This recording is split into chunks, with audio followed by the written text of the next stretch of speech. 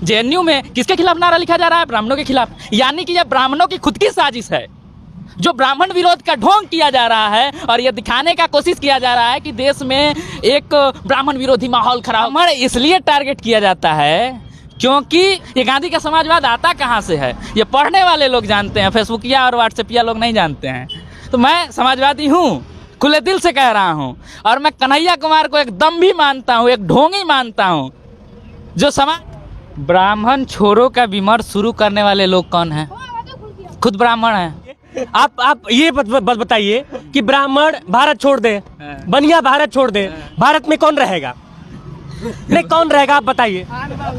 अगर कथित क्यों कहूँ, जब अगर वो ब्राह्मण रहते हैं, एक व्यक्ति जो कर्मकांड करना नहीं जानता है वो अपने आप को गर्व से कहो ब्राह्मण हूँ लिख के गाड़ी पे घूम सकता है, तो जेएनयू में रहने वाला ब्राह्मण विरोधी व्यक्ति जो ब्राह्मण जाति से संबद्ध है और उसको वो सारे प्रिविलेज मिल रहे हैं जो ब्राह्मण को मिलते हैं, उसको वो सारे सामाजिक नकार नहीं पता। ब्राह्मण एक शब्द नहीं है, ब्राह्मण एक जाति नहीं है, ब्राह्मण एक सोच है, और उस सोच को बार बार एक अच्छा ब्राह्मण ही क्यों टारगेट किया जाता है? क्यों अन्य बिरादरी को नहीं? बता रहा हूँ, ब्राह्मण प्रबुद्धता का दंभ एक खास जाति ने भरा है और वो खास जाति प्रबुद्धता का ठेका लिए हुई है। तो जब भी प्रबुद्धता की बात की जाएगी, प्रबुद्ध लोगों पर कोई टीका टिप्पणी कटाक्ष किया जाएगा तो ब्राह्मणों को निशाना किया जाएगा। बार बार जाति का नाम लेने से यही होगा कि ब्राह्मण बनिया कर रहा है, लेकिन मुद्दा तो वही है ना। और सबसे बड़ी बात यह है कि बार बार ब्राह्मण ही टारगेट क्यों, वो भी कुछ ब्राह्मणों की वजह से। कन्हैया कुमार कौन है? बाई कास्ट भूमिहार है, भूमिहार ब्राह्मण। आप ये बस बताइए कि ब्राह्मण भारत छोड़ दे, बनिया भारत छोड़ दे, भारत में कौन रहेगा? नहीं, कौन रहेगा आप बताइए। देखिए, बात डिस्कशन की हो रही थी, हम लोग अभी इसी बात पे चर्चा कर रहे थे कि जेएनयू में ब्राह्मण रहेगा, बनिया रहेगा, कौन नहीं रहेगा। एक तरफ कहते हैं कि जाति हटाओ, जात की बात मत करो, और दूसरी तरफ ब्राह्मणों का विरोध करेंगे, तीसरी तरफ ब्राह्मणों का वोट भी चाहिए वहाँ के नेताओं को, और नेता बोलता भी नहीं है। कोई भी एक नेता आपको मिला है जो अभी तक बोला हो? एक बात पहले आप ये बताइए कि इस देश में ब्राह्मण छोरों का विमर्श शुरू करने वाले लोग कौन हैं? खुद ब्राह्मण हैं, खुद ब्राह्मण हैं। तथाकथित ब्राह्मण कहिए, तथाकथित नहीं, ब्राह्मण मत कहिए। अगर तथाकथित क्यों कहूँ, जब अगर वो ब्राह्मण रहते हैं, एक व्यक्ति जो कर्मकांड करना नहीं जानता है वो अपने आप को गर्व से कहो ब्राह्मण हूँ लिख के गाड़ी पे घूम सकता है, तो जेएनयू में रहने वाला ब्राह्मण विरोधी व्यक्ति जो ब्राह्मण जाति से संबद्ध है और उसको वो सारे प्रिविलेज मिल रहे हैं जो ब्राह्मण को मिलते हैं, उसको वो सारे सामाजिक नकारता का दंश झेलना पड़ रहा है जो एक ब्राह्मण को झेलना पड़ता है, उसे भी आरक्षण नहीं मिल रहा है, तो वो क्यों नहीं ब्राह्मण कहलाएगा? तथाकथित क्या होता है? नहीं, तथाकथित में अभी आप ही ने कह दिया कि वो नहीं, अभी आपने कहा कि जिसको कर्मकांड के बारे में नहीं पता। ब्राह्मण एक शब्द नहीं है, ब्राह्मण एक जाति नहीं है, ब्राह्मण एक सोच है, और उस सोच को बार बार एक अच्छा ब्राह्मण ही क्यों टारगेट किया जाता है?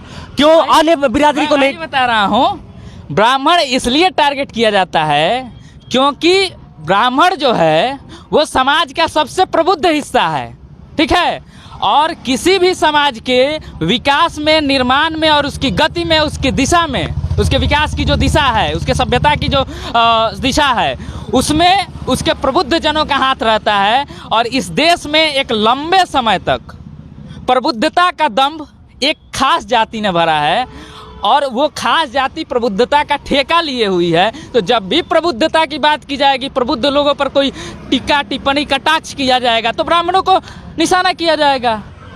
अब आप इसको इस तरह से समझिए, आप जिसकी बात कर रहे हैं उन लोगों की संख्या बहुत कम है। आप इस तरह से समझिए कि हर समाज में अगर अच्छे और बुरे की बात आप करेंगे, अच्छे बुरे की चर्चा करेंगे, तो हर समाज में कुछ अच्छे लोग होते हैं, कुछ बुरे लोग होते हैं। अब कुछ तथाकथित बुरे लोगों की वजह से, मैं तथाकथित शब्द इसलिए लगाया हूँ कि वो मैं जात के बारे में कहने जा रहा था, लेकिन बार बार जाति का नाम लेने से यही होगा कि ब्राह्मण बनिया कर रहा है, लेकिन मुद्दा तो वही है ना। और सबसे बड़ी बात यह है कि बार बार ब्राह्मण ही टारगेट क्यों, वो भी कुछ ब्राह्मणों की वजह से। जैसे कि मैं ये नहीं कहता हूँ कि सारे ब्राह्मण अच्छे हैं, लेकिन सारे ब्राह्मण बुरे भी तो नहीं हैं। और अगर आप इस तरह से परिकल्पना कर रहे हैं, अगर आप इस तरह से विवेचना कर रहे हैं, अगर आप इस तरह से किसी चीज़ का विश्लेषण कर रहे हैं, तो आप अन्य बिरादरियों को नहीं देखेंगे। क्या यादव में अच्छे बुरे लोग नहीं हैं? क्या हरिजन में, शेड्यूल कास्ट में अच्छे बुरे लोग नहीं हैं? सवाल ये है कि जेएनयू में, चूंकि बात जेएनयू की हो रही है, तो सवाल ये है कि जेएनयू में ब्राह्मण विरोधी नारे एक जाति को, और ये पहली बार नहीं है यशवंत, आप ये भी समझिए। वही तो मैं कह रहा हूँ ना कि एक जाति को टारगेट करके लिखने वाले लोग कौन हैं। आप जेएनयू की डेमोग्राफी उठाइए, जेएनयू में कितने बच्चे पढ़ते हैं, उन बच्चों में कितने प्रतिशत ब्राह्मण हैं। एक बड़ा हिस्सा है, चाहे वो लेफ्ट के ऑर्गेनाइजेशन हो, चाहे वो राइट के ऑर्गेनाइजेशन हो। आप भी जानते हैं, मैं भी जानता हूं कि ब्राह्मणों का दबदबा है। आज भी लगातार ओबीसी नेताओं के द्वारा ये आरोप लगाया जाता है कि लेफ्ट पार्टियां ब्राह्मणों के हाथ में है। उसके बावजूद भी जेएनयू में किसके खिलाफ नारा लिखा जा रहा है? ब्राह्मणों के खिलाफ। यानी कि यह ब्राह्मणों की खुद की साजिश है, जो ब्राह्मण विरोध का ढोंग किया जा रहा है और यह दिखाने का कोशिश किया जा रहा है कि देश में एक ब्राह्मण विरोधी माहौल खड़ा हो गया है। नहीं है ब्राह्मण विरोधी माहौल। देखिए ना, यहाँ एक साथ हम लोग बैठ के बात कर रहे हैं। ब्राह्मण विरोधी माहौल रहता तो अभी मैं आपको मार दिया होता या आप हमको मार दिए होते। नहीं मारे हैं ना, साथ रह रहे हैं ना।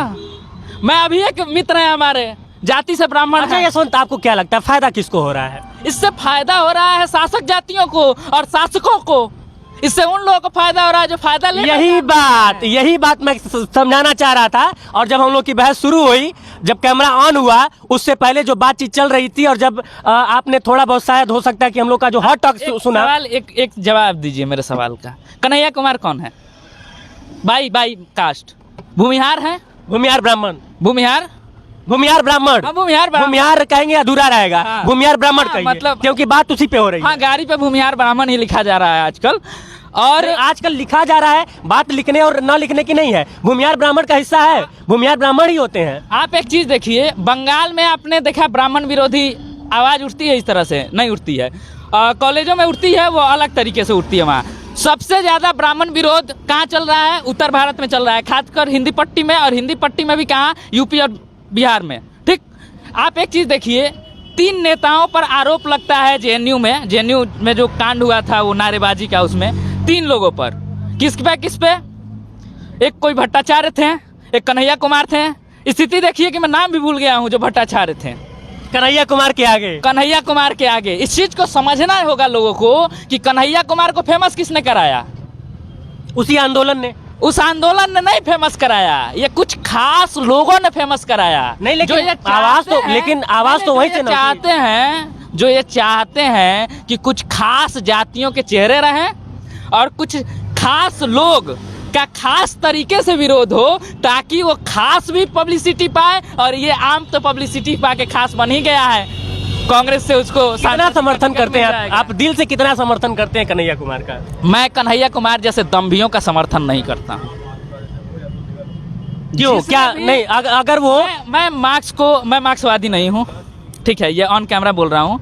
मैं खुले दिल से समाजवादी हूँ। और समाजवादी कहते समय मुझे याद आती है अटल जी की वो पंक्ति। नहीं, अभी सुन लीजिए। अभी आप समाजवादी कह दिए, अब यहाँ पे कमेंट बॉक्स में आएगा, कमेंट में सपाई है। नहीं तो वही तो मैं कह रहा हूँ। या फिर लालू यादव के पार्टी वाला है। फिर अटल बिहारी वाजपेयी सपाई है। अटल बिहारी वाजपेयी के उस व्याख्यान जब तक आप नहीं कर रहे थे, जब तक आपने कहा कि मैं समाजवादी हूँ, तब तक की मैं बात कर रहा था। जब आप व्याख्यान कर देंगे तो जो सद्बुद्धि वाले लोग हैं उनकी बुद्धि खुल जाएगी। फिर भी कुछ लोगों की नहीं खुलेगी। 1983 में भारतीय जनता पार्टी की स्थापना के समय अटल बिहारी वाजपेयी ने कहा था कि भारतीय जनता पार्टी गांधीवादी समाजवाद को लेकर चलेगी। ये गांधी का समाजवाद आता कहाँ से है? ये पढ़ने वाले लोग जानते हैं, फेसबुकिया और व्हाट्सएपिया लोग नहीं जानते हैं। तो मैं समाजवादी हूँ, खुले दिल से कह रहा हूँ। और मैं कन्हैया कुमार को एक दम्भी मानता हूँ, एक ढोंगी मानता हूँ, जो समाजवाद का, साम्यवाद का ढोंग करता है। और जेएनयू के 40% विद्यार्थियों को भी मैं ढोंगी मानता हूं। काहे? आप बात करते हैं अंबेडकर की, आप बात करते हैं लोहिया की, आप बात करते हैं मार्क्स की, आप बात करते हैं लेनिन की। हाँ, लेनिन की, लीलन की नहीं कह रहा हूं, लीलन का तो कपड़ा होता है। तो आप इन तमाम लोगों की बात करते हैं और फिर जब आप ग्राउंड पे आपको देखा जाता है तो आप इन्हीं लोगों के विचारधारा से विमुख मिलते हैं। लेकिन अब यहाँ पे दोहरी बात हो गई यशवंत। बताइए।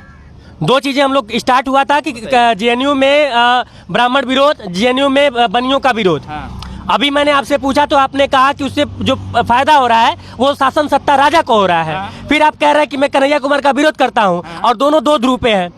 दोनों दो ध्रुव तो पे फायदा नहीं तो है। दोनों को हुआ ना। यही तो लोगों को समझना है, दोनों दो ध्रुव पे नहीं भाई है। विचारधारा तो अलग अलग है। नहीं है। विचारधारा तो अलग अलग कैसे नहीं है? ऐसी कैसे नहीं है? विचारधारा, उसको भी सत्ता चाहिए, इनको भी सत्ता चाहिए। विचारधारा तो अलग अलग है ना। कोई भी दम तो भर रहा है ना कि मैं लेफ्टिस्ट हूँ, मैं राइट विंग हूँ। राजनीति में सर कोई विचारधारा नहीं होती है, इस बात की गारंटी लिखवा लीजिए मुझसे। अगर राजनीति में विचारधारा होती तो कोई ऐन चुनाव के मौके पर कांग्रेस से भाजपा, भाजपा से कांग्रेस नहीं जाता। यही हार्दिक पटेल कांग्रेस ज्वाइन करते समय कहे थे कि जान चली जाए भाजपा में नहीं जाऊंगा, भाजपा को गुजरात से मिटा के रहूंगा। तो उसके पीछे रीजन भी तो देखिए। नहीं यशवंत, उसके पीछे रीजन भी समझिए इस बात को आप। मैं मान लीजिए कि एक नेता हूँ, हार्दिक पटेल मान लीजिए मैं हूँ, और मैं हार्दिक पटेल की जैसे कि उन्होंने कांग्रेस ज्वाइन किया, अब हमारे ऊपर 10 मुकदमा लद रहा हो और मैं किसी और पार्टी को ज्वाइन कर लूँ और मुकदमा लदना बंद हो जाए तो मैं क्या करूँगा? आप ये बताइए कि ये मुकदमा लदने वाली व्यवस्था उन नेताओं में नहीं थी क्या, जो 70 के दशक में, 80 के दशक में पार्टियों के द्वारा अपने सता दिए जाते थे और पार्टी से इस्तीफा दे देते थे और नई पार्टी बना लेते थे? आप एक राजनीतिक स्टार थे गुजरात के, आप चाहते तो एक पार्टी खड़ी कर सकते थे, लेकिन आप मुकदमों के डर से, सत्ता के लोभ में अगर दूसरे पार्टी में चले जा रहे हैं तो आप सत्ता लोभी हुए ना। आपकी विचारधारा सिर्फ सत्ता पानी। अच्छा, अब एक दौर चला था कन्हैया कुमार, हार्दिक पटेल, इन लोगों का मतलब कि एक समय पे ऐसा हुआ था कि ये युवा चेहरा नेतागिरी में, राजनीति में एक युवा चेहरा हम देश को मिल रहा है, लेकिन अचानक से इन लोगों का एक तरह से हम ये कह सकते हैं इन लोगों का नाम, अब कन्हैया कुमार तो खैर कंट्रोवर्शियल आदमी है तो बार बार उनका नाम आता रहता है, कोई ना कुछ किसी न किसी को गरिया के या फिर उल्टा सीधा बोल के, गाली देने का मतलब सिर्फ गाली नहीं, जैसे उल्टा सीधा बोल के, और उनका सबसे बड़ा आपने देखा होगा मोदी जी को टारगेट कर लेते हैं और आ जाते हैं निशाने पे। तो ये लोग कन्हैया कहीं ना कहीं अपना साख बचा लेते हैं कंट्रोवर्सी की वजह से, लेकिन हार्दिक पटेल की चर्चा इस बार गुजरात चुनाव में काफ़ी कम हुई है। रीजन क्या है? क्या कहीं रीजन ये तो नहीं है कि जो आपने कहा कि आंदोलन खड़ा करके एक लंबा प्रतिनिधित्व कर सकते थे, बड़ा प्रतिनिधित्व कर सकते थे, लेकिन गायब हो गए? ये विचार बड़ा ही हॉट टॉक के साथ शुरू हुआ था, बड़ा अच्छा लग रहा है, बड़ा ही गंभीर बातचीत होने लगा है। देखिए ये बहुत ही गंभीरता से, बड़ा ही मतलब जिसकी दृष्टि वो कहते हैं ना, एक गरुड़ दृष्टि होती है, एक सर्प दृष्टि होती है। ये अभी मैंने सुना है किसी से, पटनायक जी से सुना है। तो गरुड़ दृष्टि से अगर देखा जाए तो समझ में आएगा कि ये सारी चीज़ें क्यों हो रही हैं। आप इस चीज़ को समझिए कि जिग्नेश हो गए या कन्हैया हो गए या फिर हार्दिक हो गए या फिर एक और वहाँ कोई ठाकुर आए थे, ये सारे नेता क्यों हाईलाइट हुए? इनके हाईलाइट होने के पीछे की क्या वजह थी? जनता को किसी खास मुद्दे पर इनसे उम्मीद थी। कन्हैया से जो लेफ्टिस्ट किस्म के लोग थे उनकी ये उम्मीद थी कि ये लड़का बहुत अच्छा वक्ता है, मोदी के खिलाफ बड़े तथ्य के साथ बोलता है, संदीप पात्रा जैसे लोगों का मुंह बंद कर देता है, ये आगे चलकर जो वामपंथ की विचारधारा, जो वामपंथ की आग ठंडी पड़ गई है, उस चीते की मसान से एक नया क्रांति कहीं शुरू करेगा। लेकिन उसने कांग्रेस का दामन थाम लिया। हार्दिक पटेल से लोगों की ये इच्छा थी कि पटेल समाज को अगर किसी के वजह से आरक्षण मिलेगा तो वो हार्दिक पटेल है। एक 22 साल का युवा पूरे गुजरात को एक इशारे पर अगर नचा देता है तो आप उस व्यक्ति के राजनीतिक प्रतिभा को समझिए। लेकिन वो राजनीतिक प्रतिभा इस बार गुजरात चुनाव, अभी मैं रिसेंट आया हूँ, चर्चा ही नहीं थी, चर्चा ही नहीं थी। आप ये बताइए, और मीडिया कवरेज भी बहुत कम मिला। आप ये बताइए कि आपके प्रतिभा का सम्मान कब तक होगा? जब तक आप अपने प्रतिभा को निखारने में काम करेंगे और अपने मूल्यों पर टिके रहेंगे। जब आप अपनी सारी प्रतिभा मुकदमों से बचने और सत्ता पाने के चक्कर में लगा देंगे तो आपकी प्रतिभा का क्षरण हो जाएगा। लोग कहेंगे अरे तो दो माने ड्यूअल स्टैंडर्ड है। अच्छा, अगर यशवंत हार्दिक पटेल की जगह पर रहते क्या करते? सही ईमानदारी से बताइएगा। मैं लोहिया को पढ़ा हूँ, लोहिया जो करते हैं वो मैं करता हूँ। नहीं, लोहिया को तो बहुतों ने पढ़ा है, शायद हार्दिक पटेल ने भी पढ़ा होगा। और जितने भी मैं जहाँ तक मेरा मानना है, जहाँ तक मैं राजनीति की समझ रखता हूँ, वाकई में अगर कोई राजनीति करना चाहता है तो वो गांधी को पढ़ता होगा, वो लोहिया को पढ़ता होगा, वो बाबा साहब को पढ़ता होगा। तो ये सवाल जो है ये इरेलीवेंट सवाल है। मैं नेता नहीं हूँ, ठीक है, पहली बात नहीं करता, वही चीज़ है ना। देखिए आपने लोहिया का हवाला दे दिया और एक तरह से मैं ये कह दूं कि आपने लीपा पोती कर दी उस सवाल की, उस सवाल को। पहला सवाल ये है कि आप ऐसा कुछ किए होंगे तब ना आपके ऊपर उस तरह के आरोप आएंगे। तो मैं तो वही जानना चाह रहा हूँ ना। बताइए ना, इस देश में तमाम पत्रकारों को झुकाने के लिए तमाम हथकंडे अपनाए गए। उन पत्रकारों ने ठान लिया नहीं झुकना है, तो किसी माई के लाल में यह औकात नहीं थी कि झुका दे। सेठ के पास पैसा बहुत है, लेकिन उसके पास रवीश कुमार नहीं है। तो इस बात को आपको समझना होगा कि आप में कमी है, तभी कोई उसका इस्तेमाल करके आपको झुकाएगा। मैं अगर पाक साफ रहूंगा तो किसी की हिम्मत नहीं है कि मुझे झुका दे। तो आप यह कहना चाहते हैं कि हार्दिक पटेल के अंदर बहुत सारी कमियां थी, वो घिर जाते, इस वजह से अपना दामन बचाने के लिए चले गए। आप देखिए ना, भारत का इतिहास देख लीजिए, भारत के इतिहास में जिन राजाओं ने संधि समझौता किया उनमें कुछ कमियां थी। जो अपने विचार पर अडिग रहे, जिनको भारत के स्वाभिमान की चिंता थी, उन्होंने अपनी जान की कुर्बानी दे दी। तो इस चीज़ को समझना होगा।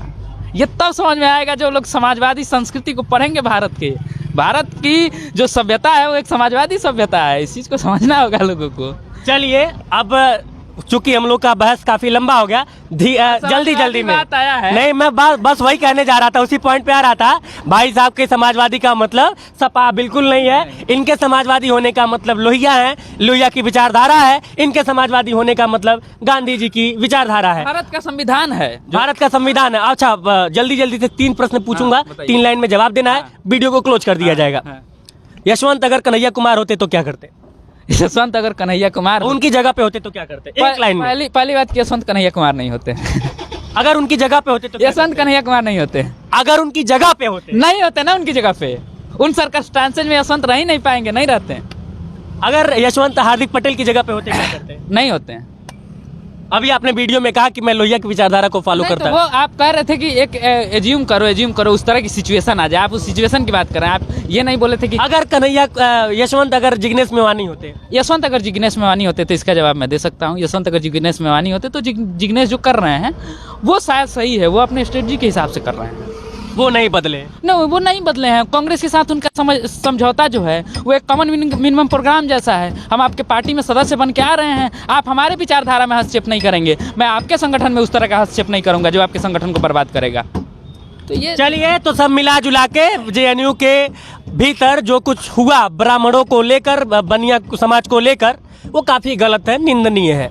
अगर एक तरफ आप भारत को जोड़ने की बात करते हैं, एक तरफ आप भारत को संगठित करने की बात करते हैं, भारत को मजबूत करने की बात करते हैं, और दूसरी तरफ आप इस तरह से एजेंडा चलाते हैं, तथाकथित कुछ जातियों को आप टारगेट करने की कोशिश करते हैं और उसमें अपनी तथाकथित राजनीति को भुनाने की कोशिश करते हैं, तो वो कहीं ना कहीं गलत है।